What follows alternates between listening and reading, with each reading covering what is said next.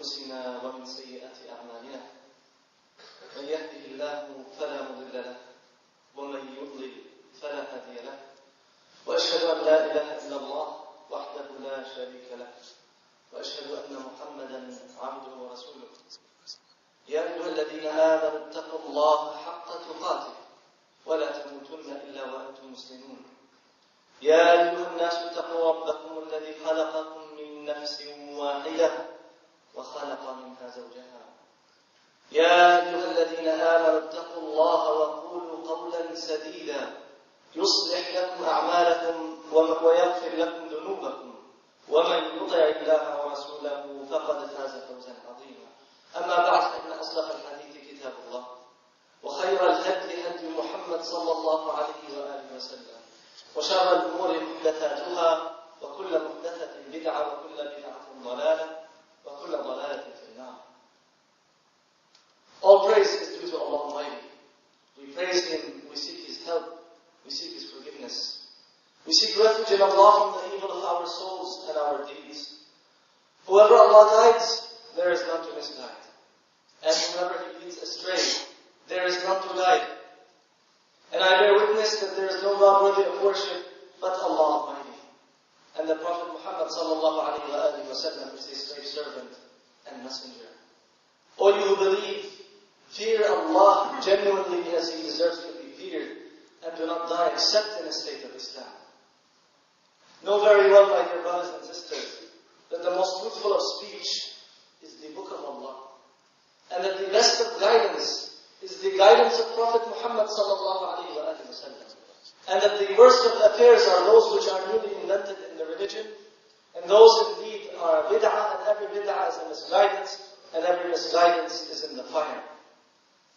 My dearest brothers and sisters, the enemies of Islam, attacking Islam on all fronts, will continue to do so until the Day of Judgment. It started not from the time of Prophet Muhammad but from the time of Adam alayhi salam, from the time of Nuh. As long as there is truth, there will necessarily be evil opposing it. The opposition to Islam will continue. Don't expect everyone to love the religion and lay the flowers on the path for it to spread everywhere. There are examples of this and this, but there will always be opposition. But what is interesting is that we are not now talking about enemies that are opposing Islam militarily with armies. This is there and it will continue to be there. But what about armies of enemies to Islam, not because of military strength or economic strength or oil or something else, but something seemingly so small and insignificant, and that is a piece of cloth. Enemies preparing their armies to fight against the Muslims for what? For a piece of cloth. What cloth is this? What piece of cloth will irritate them so much to want to destroy it, and to want to destroy any semblance of it wherever it may be? Yes, my dear brothers and sisters, I am speaking about the beautiful hijab. The hijab, this piece of cloth, is an enemy and it must be destroyed. It is another WMD, it's a weapon of mass destruction. Mass destruction of women in their eyes. Because women in their eyes are supposed to be objects for men to look at and enjoy and desire. Women are supposed to be as the men seek. And therefore when you put the hijab, when you cover them and when they become modest, you are destroying women in their eyes. And you are destroying their perception of women and of what women should be. Don't tell me about women's liberation and all of this garbage.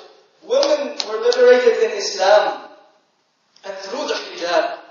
And listen to the scores of converted sisters who came to Islam, who tried every different dress and said, indeed, I was a prisoner before because I was a prisoner to the desires of men. I sit in front of the mirror for an hour in the morning because I'm a prisoner to what men are going to think of me when I wear the hijab. I don't have to put my makeup. I don't have to sit down and make myself pretty or any of that because I am modest and my beauty is for a few people to see and not the whole world. Indeed, she became liberated. One Japanese lady who converted said, and she went through several stages of hijab, from a liberal hijab to pants and a skirt and different things. Eventually, she covered herself completely with the niqab and even her eyes completely in black. And she said, when I did so, I felt completely liberated. My dear brothers and sisters, this hijab scares many people. This cloth, because of what it means. And to a large extent, unfortunately, as Muslims, we have lost the meaning and the essence and the spirit of hijab. Especially in this world, in this open society, in this naked society, where nakedness has become the norm, and clothing has become strange. Someone clothed looks abnormal or strange. It wasn't like that before.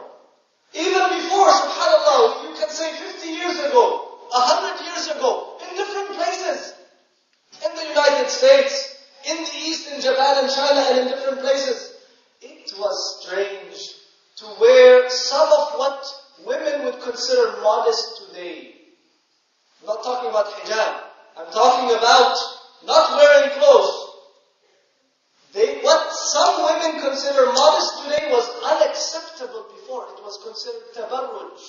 It was considered an improper display of beauty, even though they were non-Muslims. It shows you the whole world is slowly taking off their clothes. It started out as they painted the picture of people, men and women in the caves, hardly dressed, and that was lack of civilization. We talk about that like in the Stone Ages when people were not civilized and therefore they were not clothed. And slowly people started clothing themselves and becoming civilized.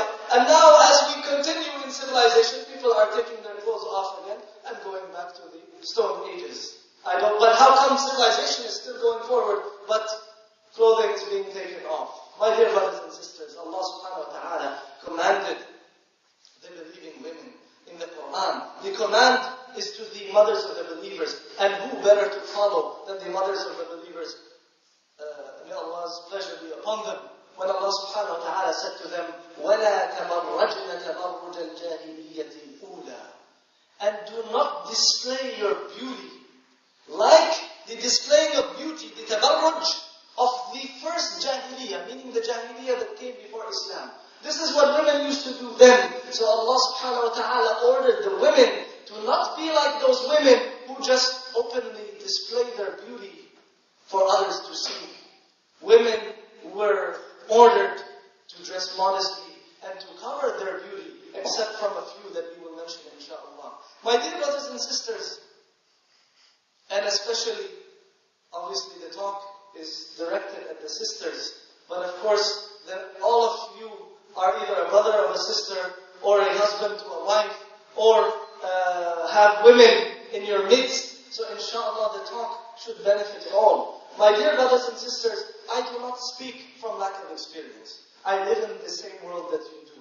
I didn't come from Mars, and I'm not talking about things that are not actually there. I see the reality, and I know the reality, but allow me to advise. And I know the sisters sometimes take such a talk a little bit harshly, or they take it a little bit sensitively, or maybe because it's coming from a man. It's not the case. My dear brothers and sisters, I am only advising. And this is my job, just to advise. And if someone likes it, then fine. And I will not speak about anything, inshallah. There is a difference of opinion between scholars. I'll talk about what is in consensus, because even that, about which the scholars are in consensus, we are in grave violation of.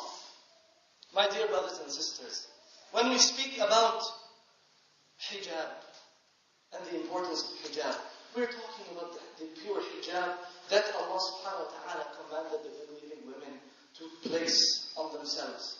The type of hijab that the mothers of the believers, peace be upon them, had placed on themselves. Indeed, subhanAllah, when the verses were revealed to Prophet Muhammad sallallahu alayhi wa sallam, يا أيها النبي قل لأزواجك وبناتك ونساء المؤمنين يدنين عليهن من جلابيبهن ذلك أدنى أن يعرفن فلا يؤذين وكان الله غفورا رحيما. O Prophet, tell your wives and your daughters and the believing women. It means all believing women. No one should constrict it to only the mothers of the believers, or to say that niqab is only for the mothers of the believers. The command is to all. The mothers of the believers, the daughters of Prophet Muhammad ﷺ, and all believing women. يُدْنِينَ عَلَيْهِنَّ مِنْ جَلَابِيبِهِنَّ. Let them cloak themselves or bring down on their bodies to cover themselves with it, that of their outer garment, the jilbab. In other words, to take the jilbab, the outer garment, and to cover herself completely with it. In fact, one may ask, well, what is the practical application of this ayah? How can we understand it? The women of the Ansar are the ones who gave us that example. Because when those verses were revealed, immediately, subhanAllah, they started tearing up whatever excess of their garments they had on, so that they were covered themselves completely, as Allah subhanahu wa ta'ala had ordered in the ayah. And obviously in this case they had covered themselves from head to toe, completely. This was the obedience, subhanAllah, of the women of the Ansar, who our mother Aisha radiallahu anha was praising because of their immediate obedience to the command of Allah subhanahu wa ta'ala. My dear brothers and sisters, the spirit of hijab. What is the spirit of hijab which we have lost today and we do not see today? The spirit of hijab, before being outer clothing or before being some tangible cloth, the spirit of hijab is not wanting to attract any of the men around her. This is the spirit. In other words, wearing the hijab is a message that my beauty is not for you to see. And this spirit is lost. Because we see many of our dear sisters, even in hijab, they're trying to attract men. The spirit of hijab is not to want to attract men. The women at the time of Prophet Muhammad ﷺ, when they used to go to the masjid, the hadith mentions that they were tafilat, meaning they were in a condition that you would not want to look at them in. It's almost as if they were not dressing themselves properly so that they would not attract men. Or obviously they would not put any makeup, they would not do all of the things that we see today. The spirit was, my hijab prevents me from wanting to attract you in the first place. My beauty is for my husband, is for my family, my immediate family, and myself. Not for you, strange men, to see. This spirit, where is it? This is what we want. This purity and chastity, whereby they would try to do everything and in every way not to attract men or to be a fitna for men around them. Listen, subhanAllah, to the verses of Allah subhanahu wa ta'ala commanding the women to be modest in their actions. And this also reflects the spirit of hijab. In terms of speech, Allah subhanahu wa ta'ala commanded the mothers of the believers when He said to them, فَلَا تَخْضَعْنَ بِالْقَوْلِ فَيَطْمَعَ الَّذِي فِي قَلْبِهِ مَرَضٌ وَقُلْنَ قَوْلًا مَعْرُوفًا. Do not be soft in your speech. فَلَا تَخْضَعْنَ بِالْقَوْلِ. She may be dressed from head to toe, but she is speaking with a man in a soft tone, in a soft manner, in order to try to attract them. Where is the spirit of hijab in this? فَلَا تَخْضَعْنَ بِالْقَوْلِ. Do not be soft in your speech, so that the one in whose heart is a disease. Some said nifaq, hypocrisy. Others said fahisha, basically love of women and improper acting acting on improper desires and things of that nature. That those people then will covet you. If you are soft in your speech with men in whose heart is that disease, they will covet you. فَيَطْمَعَ الَّذِي فِي قَلْبِهِ مَرْضٌ. So it means the spirit is to not want to attract even in speech, even in walking. Didn't Allah subhanahu wa ta'ala describe one of the daughters of what is popularly believed to be Prophet Shu'aib alayhi salam? When she came to Sayyidina Musa alayhi salam, the Quran says about her, فَجَاءَتْهُ إِحْدَاهُمَا تَمْشِي عَلَى اسْتِحْيَاءٍ. This is the character of the walking of our beloved sisters. She came to him, one of them came to him, walking in a shy manner. Not walking, strutting in her walk, trying to attract others, almost dancing in her walk, so that men will look at her. The spirit of hijab is lacking there also, even if she is dressed from head to toe. This is walking. More than that, the spirit of hijab, the intention, the pure intention in her heart, that she doesn't want to attract any men. Where? In the Quran, when Allah subhanahu wa ta'ala commanded the believing women, وَلَا يَضْرِبْنَ بِأَرْجُلِهِنْ لِيُعْلَمَ مَا يُخْفِينَ مِنْ زِينَتِهِنْ. You say, but what does that have to do with the heart?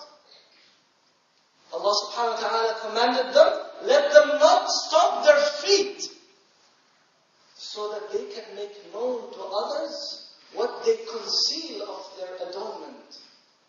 If she is doing that, then obviously in her heart is the intention to attract others and to make them covet her. And as she is not able to show her beauty, she'll at least let them hear that there are adornments on my hands or on my feet or on other places. Allah subhanahu wa ta'ala commanded her not to do that also. Subhanallah. And apart from the fact of this being noble manners on the part of our sisters, that she doesn't want to make even her hidden beauty known, it reflects the purity in her heart, that she doesn't want to attract men in any way. This is the spirit of hijab. May Allah subhanahu wa ta'ala forgive you and me.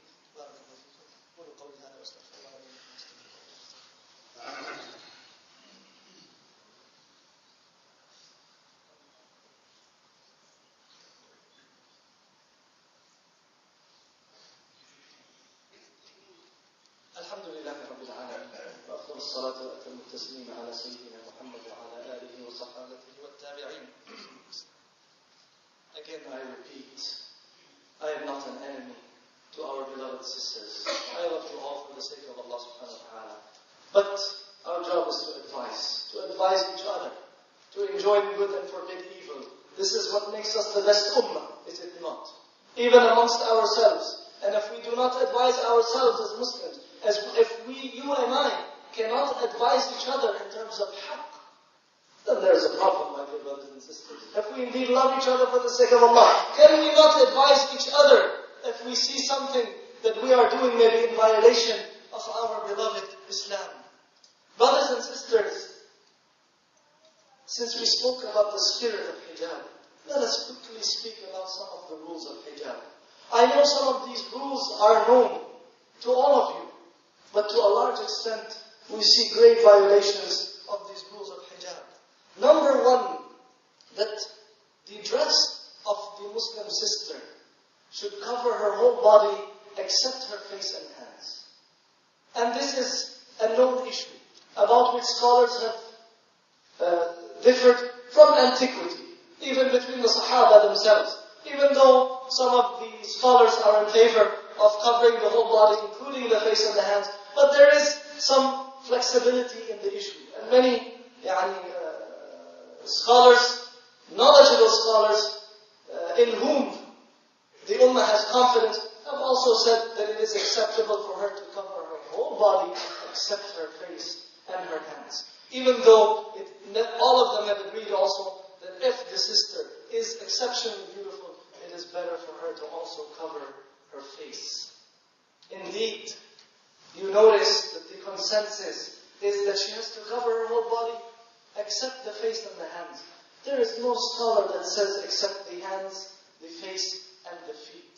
And this is a violation that we see in many of our sisters, whereby they wear these sandals and whatever it is on their feet, and they expose their feet. But Allah subhanahu wa ta'ala has commanded the believing women to cover themselves completely. In one of the opinions, except the face and the hands, and in the other opinion, completely. Nowhere is it mentioned that the feet are to be revealed, and the best to follow is the way of Prophet Muhammad sallallahu alaihi wasallam, and not necessarily any madhab or some weak opinion here or there. This is number one. Number two, the dress should not be tight. Subhanallah. We see a lot of the sisters today walking around in hijab, in such tight clothes. You think to yourself, I don't know.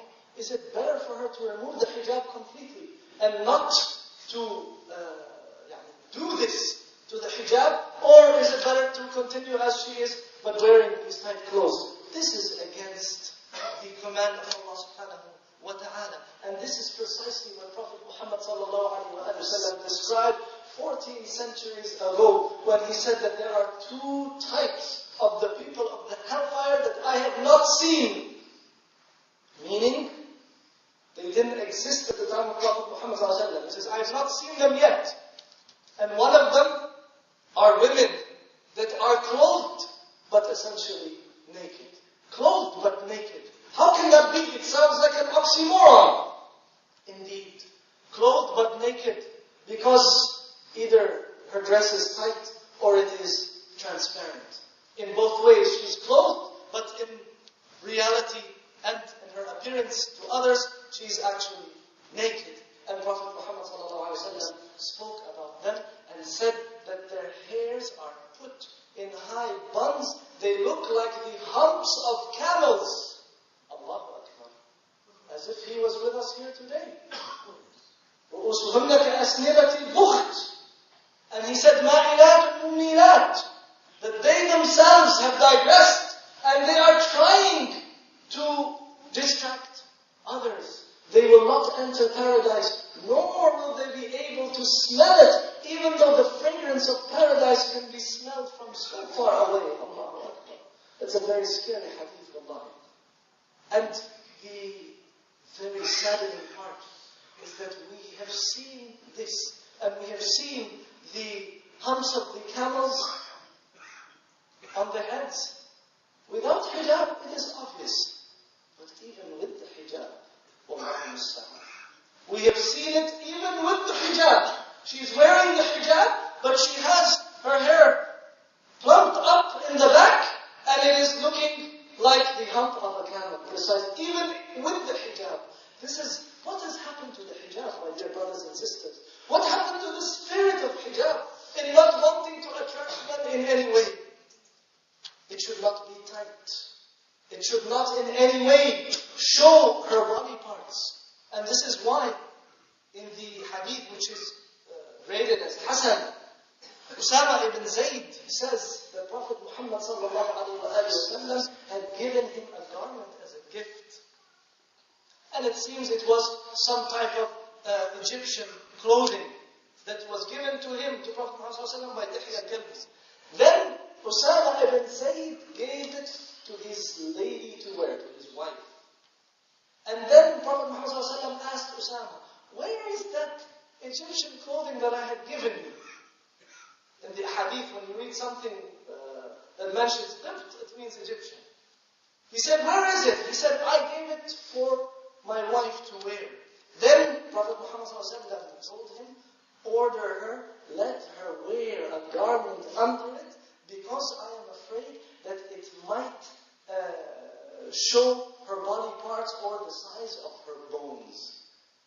So Prophet Muhammad ﷺ here is clearly telling him that because of the way this clothing is that had been given to him, it may in some way describe her body or the size of her parts, and therefore he asked him to tell her to wear an undergarment below it.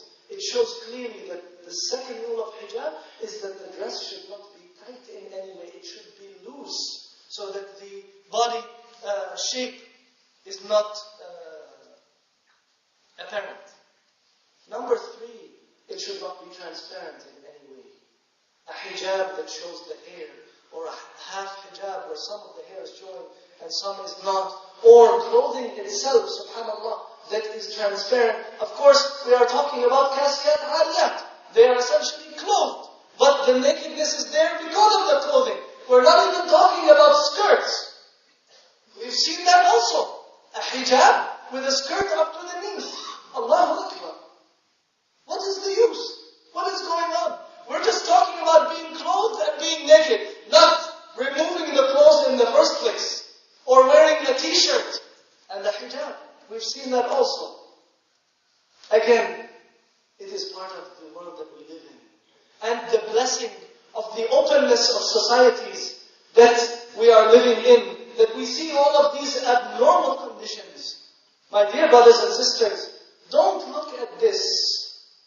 Let us go back to the pure Islam that was given to us through the Quran and the Sunnah of Prophet Muhammad sallallahu alaihi wasallam. I know it is difficult.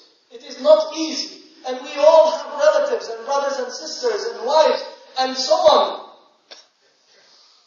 And we find it difficult to advise. Or we have advised and people don't listen. But we must continue to try. And indeed, it is difficult. It is a difficult time. It is a time where Prophet Muhammad ﷺ said that the one who is patient with their religion is like the one who is holding on to coal. Indeed. But inshallah, with time, we will continue to improve. That's why we see the 4th condition is that the hijab or the dress itself should not be an ornamentation. We see a lot of hijab nowadays where the dress itself is extremely bright. Instead of concealing herself, she attracted your eyes immediately. Because you are walking and everything is normal, but there's a very bright light coming from the dress, and immediately your eyes go to this lady. The dress itself should not be in any way an ornamentation. It should not in any way attract men. It should not be something beautified so that it would attract the vision of men. Again, that is against the spirit of hijab. And we see all of these different types of strange hijab. Hijab in pants, hijab in skirts, in tight clothing, everything. We want to go back to the basic rules of the hijab of the believing Muslim. Number 5. The hijab should be dissimilar to men's clothing. It should not in any way resemble the clothing of men. And Allah subhanahu wa ta'ala, Prophet Muhammad said that cursed are the men who dress like women and the women who dress like men. It is very clear. And some scholars consider the pants to be under this category, apart from the fact that they usually are tight and they describe the body and so on. It should not be similar to the clothing of the disbelievers. It should not be similar. In other words, a lot of the women nowadays, they want to dress exactly like the disbelieving women. Even if they are wearing their hijab, they want to dress like the disbelieving women.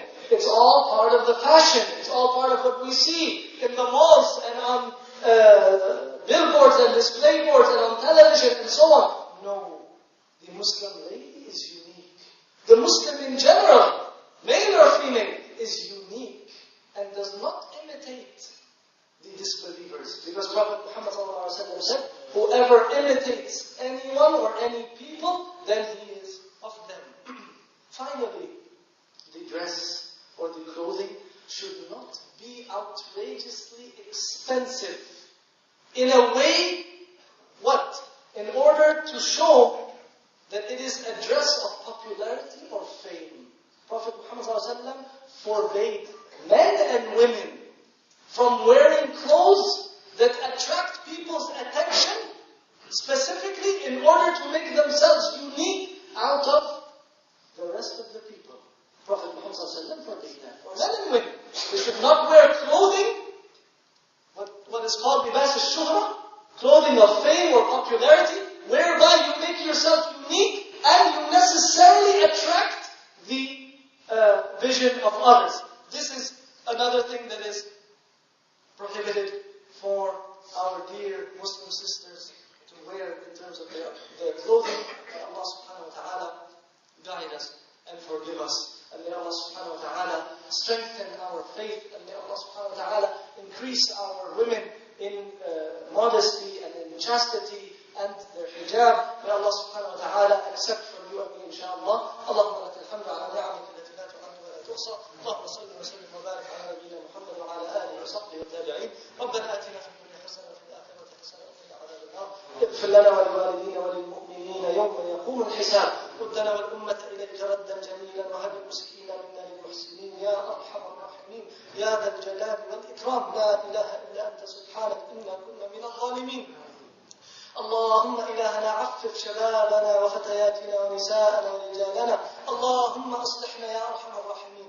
اللهم أصلح واغفر لنا ولأهلنا وزوجاتنا وذرياتنا وإخواننا وأرحامنا وجميع من دعا لنا وطلب الدعاء منا أو له فضل أو حق علينا يا أرحم الراحمين. اللهم إلهنا انصر الإسلام والمسلمين. أعزنا وأذل أعداء الدين. اللهم صبر إخواننا المستضعفين في كل مكان. اربط على قلوبهم ليكونوا من المؤمنين. اللهم إلهنا انصر المجاهدين. اشف مرضانا وارحم موتانا وفك قيد أسرانا وانصر مجاهدينا. اللهم إلهنا رحمتك نرجو ونخشى عذابك. نسألك الجنة وما قرب إليها من قول وعمل ونعوذ بك من النار وما قرب إليها من قول وعمل يا أرحم الراحمين. اللهم يا ذا الجلال والإكرام نسألك باسمك الأعظم الذي إذا دعيت به أجبت وإذا سئلت به أعطيت.